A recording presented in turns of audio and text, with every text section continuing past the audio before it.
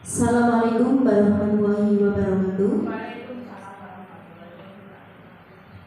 Yang terhormat Bapak Kepala Sekolah SD Negeri 1 Saban, yang saya hormati Bapak Ibu Guru SD Negeri 1 Saban.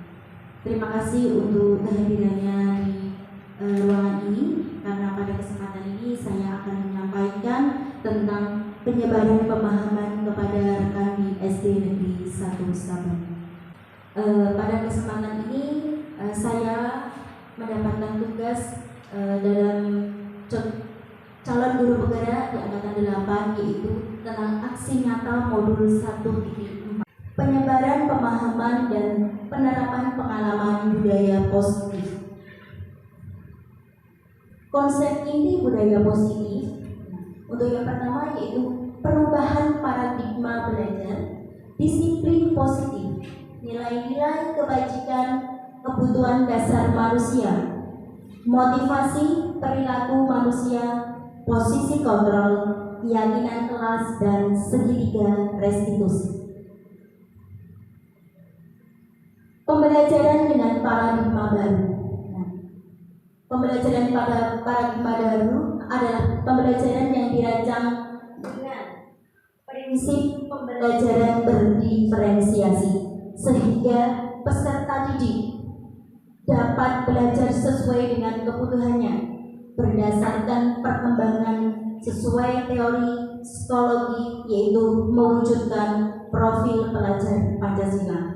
Jadi profil pelajar Pancasila ini terdapat 6 elemen, sehingga pada pembelajaran berdiferensiasi ini anak-anak belajar sesuai dengan kebutuhannya. Kemudian untuk miskonsepsi tentang teori kontrol. Jadi miskonsepsi itu adalah kesalahpahaman atau salah arti, sehingga Bapak Ibu dalam mengajar jadi salah paham atau kurang tepat, sehingga terdapat ilusi-ilusi yang timbul seperti ilusi guru mengontrol murid, kemudian juga ilusi bahwa kritik dan membuat rasa bersalah merupakan membangun karakter, atau ilusi bahwa penguatan positif, efektif, dan bermanfaat, serta ilusi bahwa orang dewasa berhak memaksa. Jadi salah di sini Bapak Ibu atau kurang tepat, karena miskonsepsi ini membuat ilusi-ilusi yang mana seperti halnya orang dewasa itu adalah memaksakan kepada anak didik kita. Selanjutnya, mengubah paradigma stimulus respon ke pendekatan teori kontrol. Jadi respon pendekatan teori kontrol seperti stimulus respon. Jadi realitasnya kebutuhan kita itu sama, tetapi kontrolnya, realitasnya itu kita berbeda. Jadi tidak ada yang sama, atau respon yang kita dapatkan itu berbeda dengan kontrol. Kemudian semua orang melihat hal yang sama, padahal untuk kontrolnya itu setiap orang memiliki gambaran yang berbeda. Kemudian kita mencoba mengubah agar pandangan sama dengan kita. Jadi orang harus berpandangan sama dengan kita, berbeda dengan teori kontrol, bahwa kita berusaha memahami pandangan orang lain tentang dunia. Kemudian perilaku buruk dilihat sebagai suatu kesalahan, namun pada teori kontrol semua perilaku memiliki tujuan. Dari disiplin positif yang sudah saya sampaikan tadi, bahwa disiplin positif berasal dari kata disiplina, yang berarti belajar. Jadi disiplin mengacu pada disiplin diri yang memiliki tujuan terhadap apa yang berdasarkan nilai-nilai yang diakini, baik itu bisa nilai-nilai kebajikan ataupun mewujudkan profil pelajar Pancasila. Di sini disiplin juga merupakan merupakan suatu cara penerapan disiplin yang bertujuan untuk mewujudkan kesadaran peserta didik atau murid kita, serta memberdayakan peserta didik tanpa adanya penghargaan ataupun ancaman dan hukuman. Sebagai pendidik, tujuan kita adalah menciptakan peserta didik yang memiliki disiplin diri sehingga berperilaku mengacu kepada nilai-nilai kebajikan universal dan memiliki motivasi intrinsik dalam perilaku ke arah yang lebih baik. Jadi tujuan kita dalam disiplin positif ini mengarahkan anak untuk berperilaku mengacu kepada nilai-nilai kebajikan dan memiliki motivasi intrinsik. Dari nilai-nilai kebajikan tersendiri terdapat yang pertama, profil pelajar Pancasila. Profil pelajar Pancasila di sini sudah digaungkan dalam kurikulum Merdeka Belajar untuk setiap kegiatan dalam pembelajaran terdapat 6 elemen profil pelajar Pancasila, yaitu beriman, bertakwa kepada Tuhan Yang Maha Esa dan berakhlak mulia, gotong royong, mandiri, kreatif, bernalar kritis, dan berkebinekaan. Kemudian Payment Years program di sini nilai kebajikannya yaitu toleransi. Jadi ajarkan toleransi terhadap sesama teman, baik yang berbeda agama, berbeda suku maupun berbeda budaya. Untuk selanjutnya yaitu keterampilan hidup. Anak diajarkan mulai dari dini, sejak dini kita ajarkan untuk dapat dipercaya, lurus hati, dan juga pendengar yang aktif, tidak merendahkan orang lain ataupun dapat memberikan yang terbaik buat diri sendiri, terutama untuk peserta didik. Untuk selanjutnya yaitu kebutuhan dasar manusia.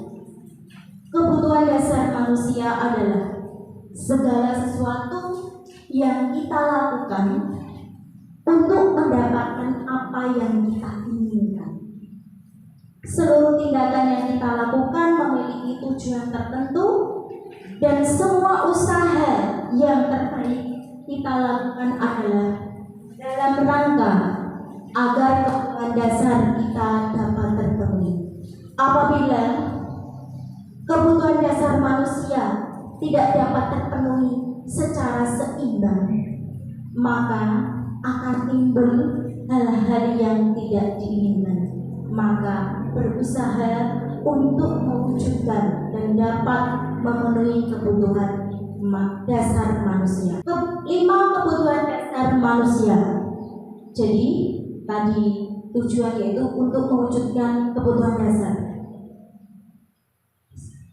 Kebutuhan dasar sendiri terdapat 5. Yang pertama yaitu bertahan hidup.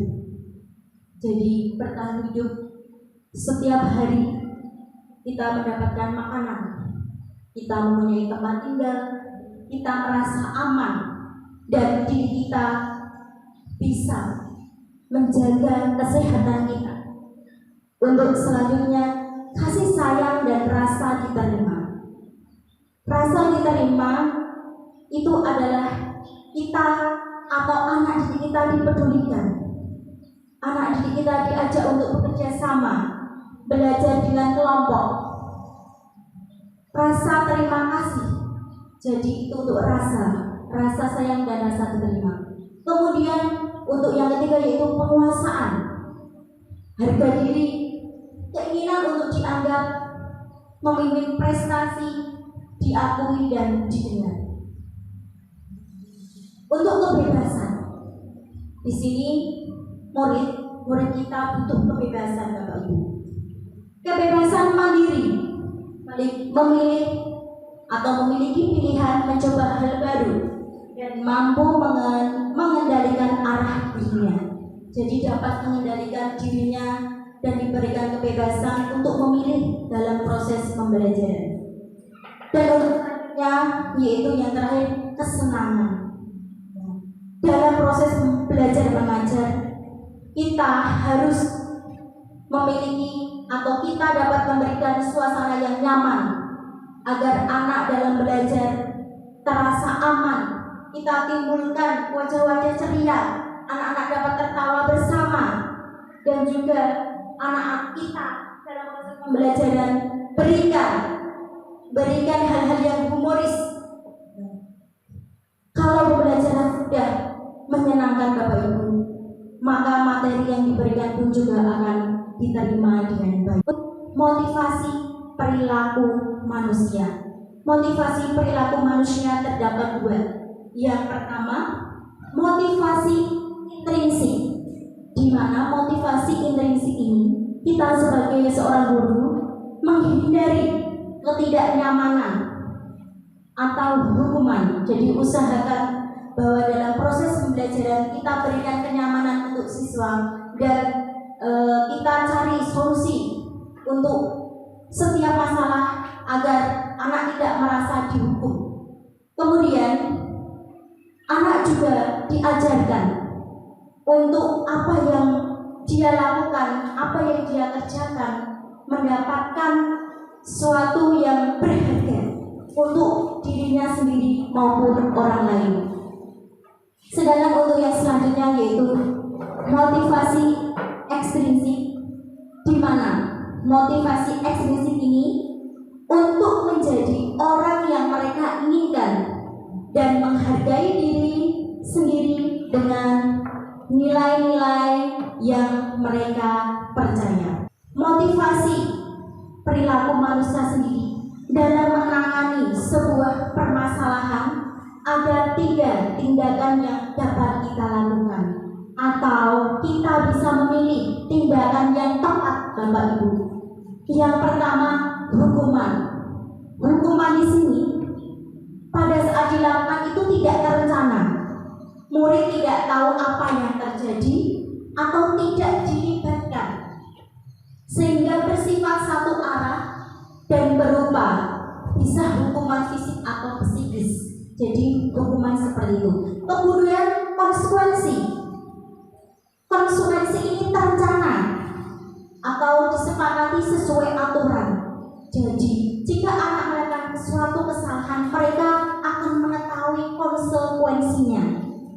Kemudian juga sikap guru selalu memonitor murid. Untuk yang ketiga yaitu restitusi, di mana proses menciptakan kondisi bagi murid untuk memperbaiki kesalahan. Proses kolaborasi yang mengajarkan murid untuk mencari solusi sendiri. Jadi tindakan 3 ini yang lebih tepat dalam mengatasi permasalahan murid, yaitu menggunakan restitusi. Karena di sini anak diajarkan untuk dapat memperbaiki kesalahan yang telah dilakukan, dan juga kita sebagai guru berkolaborasi mengajarkan murid untuk mencari solusi atas permasalahan yang dilakukan. Dari tindakan tadi, guru dapat memposisikan dirinya sebagai posisi kontrol guru. Guru apakah ingin menjadi seorang penghukum atau membuat muridnya merasa bersalah, atau guru sebagai teman, sebagai pemantau, atau sebagai manajer. Dari kelima posisi kontrol ini, yang paling tepat adalah posisi manajer, di mana dalam mengatasi masalah ini seorang guru sebagai manajer dengan menggunakan restitusi tadi, sehingga anak dapat mencari dan dapat memotivasi dirinya untuk memperbaiki kesalahan sendiri. Nah, di sini Bapak Ibu, dapat dilihat bahwa contoh penerapan 5 posisi kontrol. Contoh di sini yang biasanya sering kita dapatkan yaitu siswa tidak memakai atribut lengkap saat upacara. Nah, pasti setiap kelas didapatkan ya Bapak Ibu. Nah, ya, yang terutama yaitu hormat pada bendera selama 1 jam. Berarti dalam posisi ini guru memberikan hukuman kepada murid karena hormat pada bendera selama 1 jam, atau sebagai pembuat merasa bersalah. Berapa kali ibu bapak harus memberitahu kamu selalu saja mengecewakan ibu atau bapak. Itu membuat anak merasa bersalah. Dan selanjutnya, posisikan kita sebagai teman. Kita dapat melakukan, ayo dong, ikuti aturan sekolah. Tolong bantu ibu atau bapak yang sekali ini ya sudah, tidak apa-apa. Lain kali jangan berbuat seperti itu lagi ya. Jadi ini posisi kita sebagai teman untuk murid. Kemudian sebagai pemantau, kamu sudah melanggar peraturan sekolah. Kamu tahu kan konsekuensinya. Setelah upacara kamu beli atributnya ke koperasi dan jangan diulangi lagi. Itu kalau posisi kita sebagai pemantau. Contoh penerapan 5 posisi kontrol yaitu sebagai manajer. Jadi tadi yang sudah saya katakan dari awal bahwa posisi manajer di sini adalah tindakan yang paling tepat untuk siswa atau tindakan kita sebagai guru yang paling tepat dalam menyelesaikan masalah. Di mana apakah kamu tahu kesalahanmu? Kira-kira bagaimana kamu memperbaiki kesalahanmu? Jadi ada interaksi dan komunikasi sehingga anak di sini merasa dapat memotivasi dirinya untuk melakukan perbaikan diri. Ibu-ibu di sini tadi kan ada 5 posisi kontrol. Bapak Ibu bisa membantu saya untuk yang pertama. Saya kecewa sekali dengan kamu.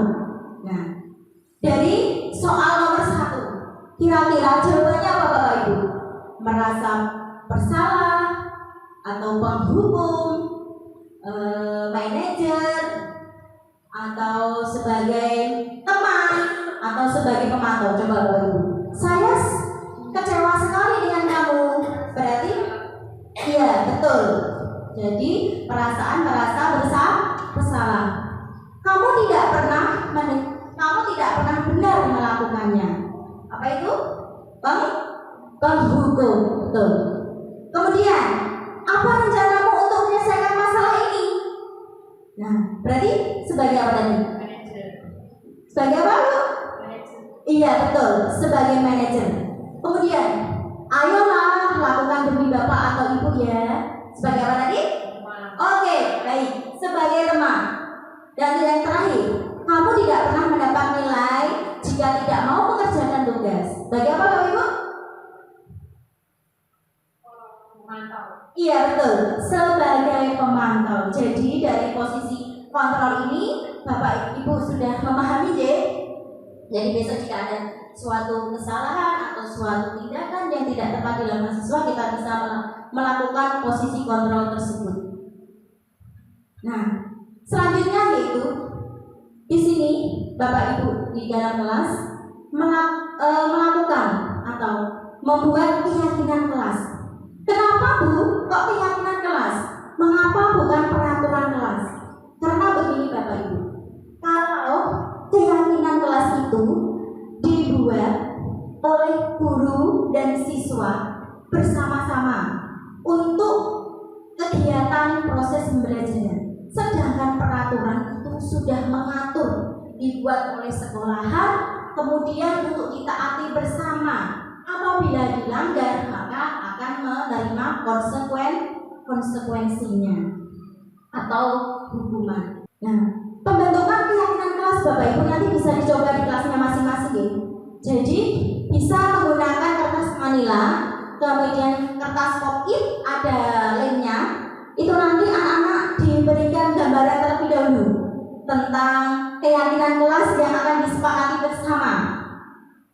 Yang pertama yaitu bersifat abstrak, berupaya pernyataan universal, dibuat dengan pernyataan positif, sedikit saja agar mudah dipahami, sesuai dengan kondisi kelas dan sekolah. Semua warga kelas atau sekolah dilibatkan untuk membuat keyakinan kelas. Jadi keyakinan kelas ini tidak hanya satu pihak, Bapak Ibu, harus dilakukan bersama-sama. Supaya apa? Keyakinan kelas ini dapat dilaksanakan secara bersama. Anak mengetahuinya, karena keyakinan kelas itu mereka sendiri yang menginginkan. Mereka yakin bahwa apa yang akan dilakukan di kelas itu, jika melakukan kesalahan maka mereka nanti akan menerima konsekuensinya. Jadi keyakinan kelas ini menggunakan kata-kata yang singkat saja, Bapak Ibu, sedikit saja. Sebagai contoh, saling menghormati. Nah, jika anak melakukan suatu kesalahan dia tidak menghormati, berarti dia melanggar keyakinan kelas. Selain saling menghormati, apalagi Bapak Ibu coba untuk keyakinan kelas? Bisa dibantu? Saling menghargai, boleh. Yang lain? Sama teman kita harus apa coba? Kalau anak-anak kita ajarkan apa? Kerjasama, boleh. Menjaga kebersihan, boleh. Mentaati tata tertib, boleh. Sopan santun juga boleh. Nah, yang namanya keyakinan kelas itu sesuai dengan apa yang diyakini anak-anak. Jadi harus disepakati secara bersama. Kebersamaan boleh, Bu Widi.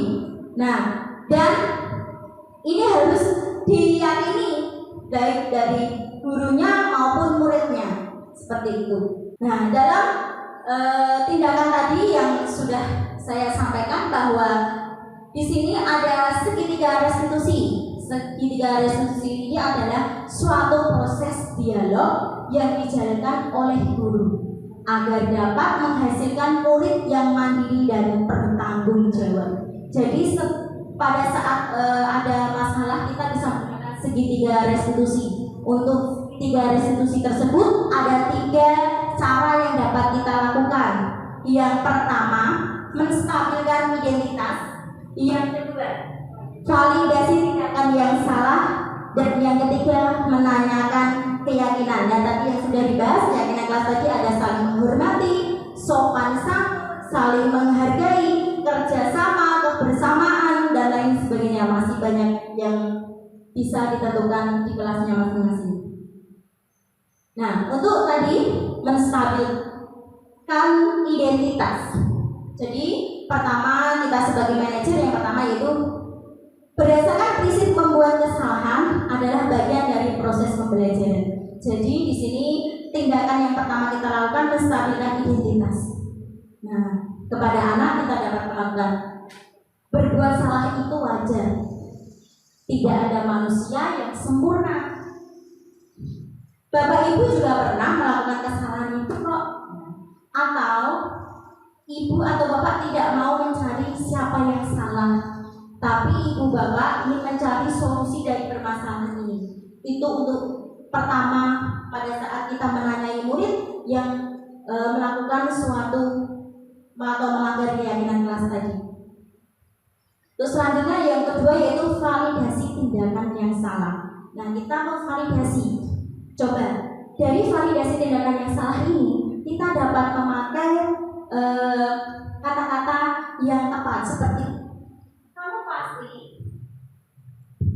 kamu pasti punya alasan mengapa melakukan hal itu. Padahal kamu bisa melakukan yang lebih buruk dari ini ya. Tetapi kamu harus tahu jika yang kamu lakukan itu salah. Kamu patut bangga karena telah melindungi sesuatu yang penting buatmu. Misalkan seperti ini Bapak Ibu. Jadi pada saat anak pekerjaannya dicontoh, pasti tidak ada ya anak yang terima atau mau. Iya, pasti banyak anak yang marah. Namun kemarahan itu harus kita berikan tindakan dengan cara validasi tindakan yang salah. Dan untuk yang terakhir yaitu menanyakan keyakinan kelas. Nah, setelah tadi kita sudah menstabilitaskan masalah, kemudian kita validasi tindakan yang salah, dan untuk yang terakhir kita tanyakan kembali kepada anak-anak. tentang keyakinan kelas yang sudah disepakati bersama. Nah, sebagai contoh, apa keyakinan kelas kita? Anak-anak nanti akan menyebutkan satu persatu, karena keyakinan kelas yang berempat buat itu mereka sendiri. Jadi mereka sendiri juga akan mengetahui, oh saya berarti sudah melanggar keyakinan kelas seperti tadi, menyontek. Nah itu kan terus temannya marah-marah, berarti dia sudah melanggar keyakinan kelas, yaitu tidak menghormati. Kemudian juga bisa dengan nilai-nilai apa yang telah disepakati bersama. Guru menanyakan nilai-nilai apa yang sudah disepakati bersama. Jadi kalau kamu melakukan hal seperti itu, berarti kamu melanggar keyakinan kelas kita. Feby, tadi Bu Guru dapat laporan dari ketua kelas Mbak Bilgis. Katanya kamu tadi sedang bertengkar ya sama Dava? Iya Bu, habis kesal sih. Kenapa kesal? Dava terus menyuruh mencontek saya, bukan hanya PR tapi juga pekerjaan. Oh, jadi begitu. Ya, wajar saja kalau kamu marah dan kesal. Jadi, jika ibu di posisi Feby, ibu juga akan melakukan hal yang sama. Lalu, apa yang kamu lakukan sama Dava? Saya marah-marah Bu, saya maki-maki Dava. Terus tanpa sadar saya mengebrak mejanya Bu. Oh, begitu. Pasti kamu berbuat begitu ada alasannya. Iya lah Bu, masa saya diam saja? Saya kan sudah bekerja keras untuk mengerjakan soal. Tetapi Dava tetap saja mencontek, tidak ingin berusaha sendiri. Wajar saja ya kalau kamu marah, karena kamu pasti tidak rela pekerjaanmu dicontek oleh Dava. Jadi Bu Guru menghargai tindakanmu, tapi tidak boleh lebih buruk lagi, misalnya memukul. Iya Bu. Coba kita pikirkan bersama. Tindakan Feby menggebrak meja apakah sudah sesuai dengan keyakinan kelas kita? Tidak Bu. Menurut Feby, keyakinan kelas apa yang sudah dilanggar? Saling menghormati antar teman. Iya betul, saling menghormati antar teman penting tidak buat Feby? Penting Bu. Baik, kalau penting, jadi keyakinan kelas apa yang harus diperbaiki oleh Feby? Harus lebih sabar Bu. Iya, karena Feby sudah bersedia memperbaiki kesalahan dan sudah bisa bersabar dengan apa yang masalahnya terjadi. Jadi Bu Guru menghargai tindakan Feby. Sekarang Feby bisa kembali ke kelas, tetap semangat ya. Iya Bu, terima kasih. Assalamualaikum warahmatullahi wabarakatuh. Nama saya Feby dari SD Negeri 1 Saban kelas 4. Diajak diskusi dengan Bu Guru untuk dapat mengendalikan diri dari amarah. Karena perilaku teman sekelas saya harus banyak belajar bersabar dan dapat menghargai teman-teman saya. Terima kasih. Rani, pada saat Bu Lydia masuk di kelas jam pelajaran kamu terkadang tidak ada, dan akhir-akhir ini kamu datang terlambat. Iya Bu, saya bohong kesiangan. Menurut Rani, sudah berapa kali kamu datang terlambat? Sudah 5 kali Bu. Sering terlambat suatu kesalahan bukan? Iya Bu. Nah, menurut Rani, berbuat kesalahan itu adalah manusiawi. Bagaimana kita bisa memperbaikinya? Bagaimana? Rani setuju tidak untuk memperbaiki? Setuju Bu. Mari kita diskusikan bersama untuk mencari solusinya ya. Iya Bu.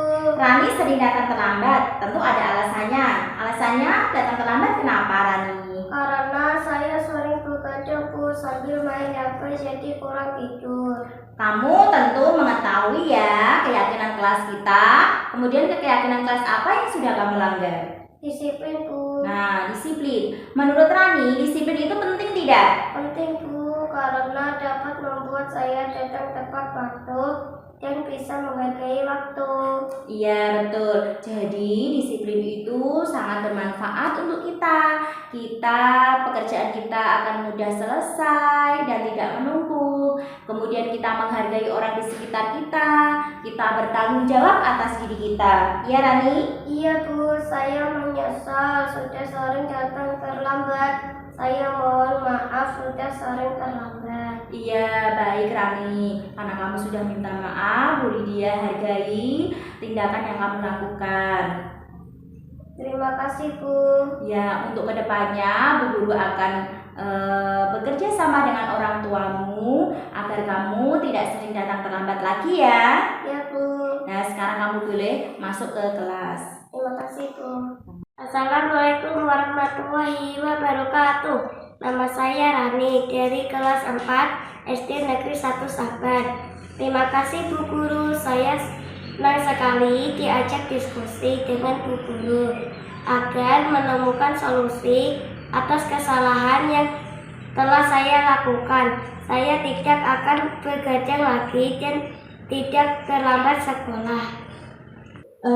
Untuk semua yang saya sampaikan Bapak Ibu di sini untuk memberikan atau kita membiasakan budaya positif di sekolah kita. Jadi saya mohon Bapak Ibu setelah saya menyampaikan materi ini semoga bermanfaat. Jadi untuk yang terakhir, dalam penerapan program atau disiplin positif, hendaknya guru memiliki standar kepribadian profesional dan sosial yang baik, di mana guru dapat merefleksikan dirinya dan dalam posisi kontrol saat ini, bagaimana perjalanan dirinya dan sebagai sistem among atau manajer. Tadi posisi kontrol yang paling tepat tadi ya Bapak Ibu, sebagai manajer. Setiap ada masalah kita gunakan segitiga restitusi tadi. Kita bisa menanyakan, kita bisa menstabilitaskan masalah, tindakan, validasi tindakan yang salah, dan juga menanyakan keyakinan. Seperti itu yang dapat saya sampaikan. Semoga bermanfaat. Assalamualaikum warahmatullahi wabarakatuh.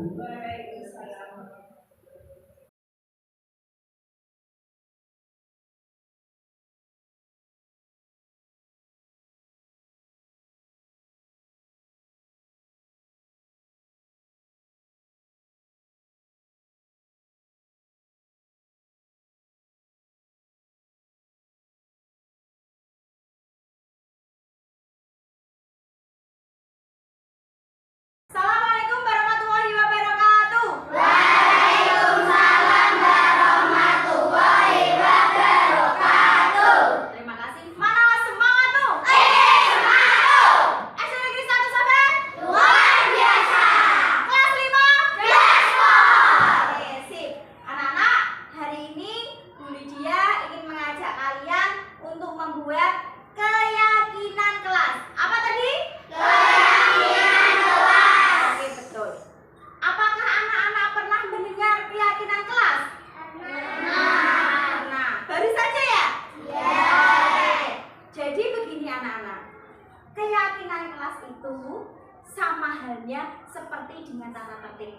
Nah, kalau tata tertib pasti sering mendengar ya? Oke. Jadi keyakinan kelas itu dibuat oleh bu guru atau guru dan murid. Nah, keyakinan kelas itu untuk disepakati bersama-sama. Nah, jadi kalau disepakati bersama-sama untuk ditaati oleh siapa saja? Kita, berarti oleh kita semua, oleh kita semua, karena disepakati bersama. Jadi gini anak-anak, keyakinan kelas itu sama seperti tata tertib. Tetapi kalau di keyakinan kelas kata-katanya lebih pendek. Nah, kata-katanya positif. Untuk apa? Untuk mengatur kita semua supaya pada saat pembelajaran, pada saat kita bermain dengan teman, pada saat kita bersama-sama, perilaku kita, sikap kita, nah, lebih terarah, lebih baik. Nah, berarti keyakinan kelas itu sedikit saja kata-katanya, menggunakan kata-kata universal. Nah, harus disepakati bersama. Nah, contohnya, kita sesama teman harus seperti bagaimana, Kak? Kita sama teman menghargai, betul. Terus apa lagi? ini anak-anak. Keyakinan kelas itu contohnya kata-katanya pendek seperti yang disampaikan oleh Rani. Menghargai, menghormati. Jadi apabila keyakinan kelas itu tadi sudah disepakati bersama, sudah kita yakini bersama, apabila dilanggar, apa yang didapatkan anak-anak coba? Hukuman. Apalagi kita harus bertanggung jawab, benar tidak? Benar, karena kan keyakinan kelas itu untuk disepakati bersama. Kalau kalian langgar, berarti kalian harus bertanggung jawab. Sepakat? Sepakat. Kalau sudah sepakat berarti anak-anak paham ya keyakinan kelas itu apa saja? Paham? Kalau paham,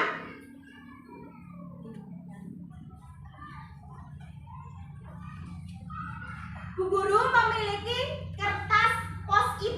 Nah, nanti kalian tulis. Mau tulis apa saja boleh. Yang penting kata-kata sepakat untuk disepakati bersama. Contohnya tadi menghormati, menghargai. Supaya kelas ini lebih nyaman dalam belajar, supaya kalian menghargai teman-temannya, apa saja yang harus ditulis. Paham? Paham tidak? Kalau sudah paham, Bu Lydia bagikan alat tulisnya, dikeluarkan dulu.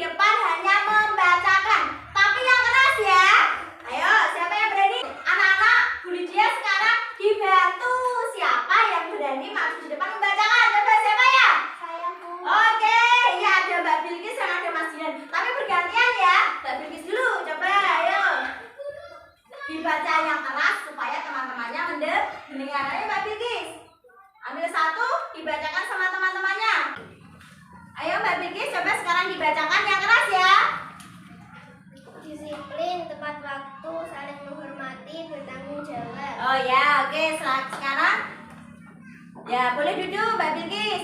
Beri tepuk tangan buat Mbak Bilkis. Coba sekarang siapa tadi yang berani lagi? Oke, Dilan.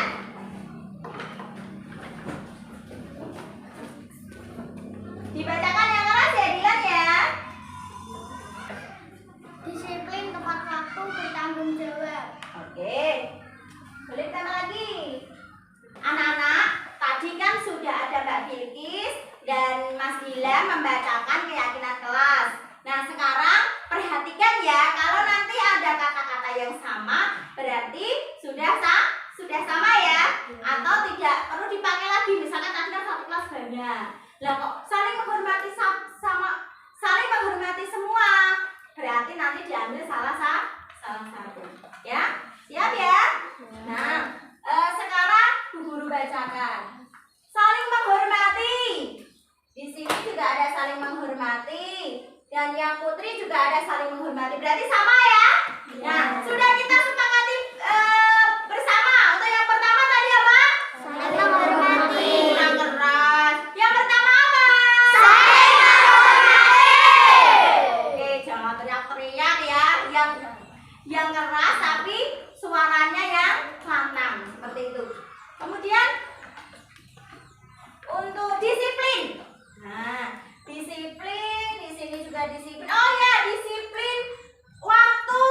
Oke, disiplin waktu di sini juga sama. Nah, untuk yang kedua, apakah kita sepakat disiplin waktu? Sepakat ya, disiplin waktu. Berarti kalau anak-anak berangkat harus disiplin waktu, istirahat juga disiplin waktu, pulang juga disiplin waktu.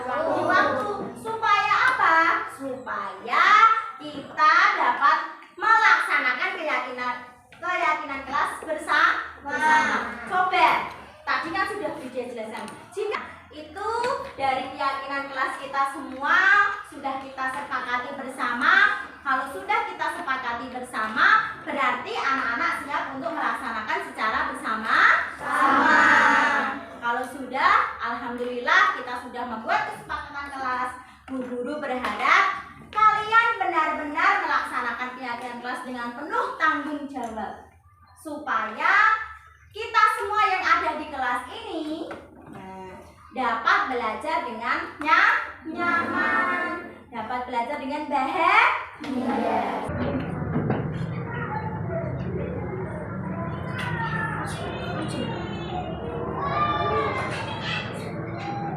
kasih.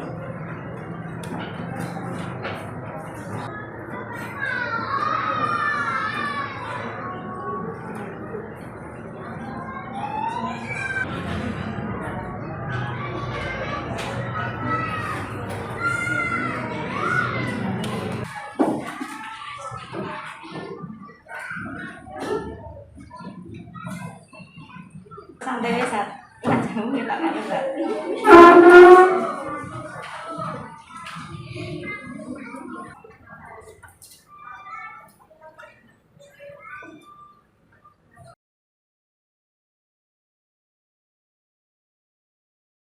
Assalamualaikum warahmatullahi wabarakatuh. Perkenalkan, nama saya Aulia dari kelas 5 SD Negeri 1 Saban. Assalamualaikum warahmatullahi wabarakatuh. Perkenalkan, saya Linar, kelas 5 dari SDN 1 Saban. Assalamualaikum warahmatullahi wabarakatuh. Perkenalkan, nama saya Putra, kelas 5 dari SDN Negeri 1 Saban. Assalamualaikum warahmatullahi wabarakatuh. Perkenalkan, nama saya Jessica, kelas 5 SD Negeri 1 Saban. Perasaan saya senang, sekarang saya harus bertanggung jawab dengan keyakinan kelas. Perasaan saya senang, saya sekarang menjadi disiplin. Perasaan saya senang karena ada keyakinan kelas belajar lebih nyaman. Siap sepakat dengan keyakinan kelas.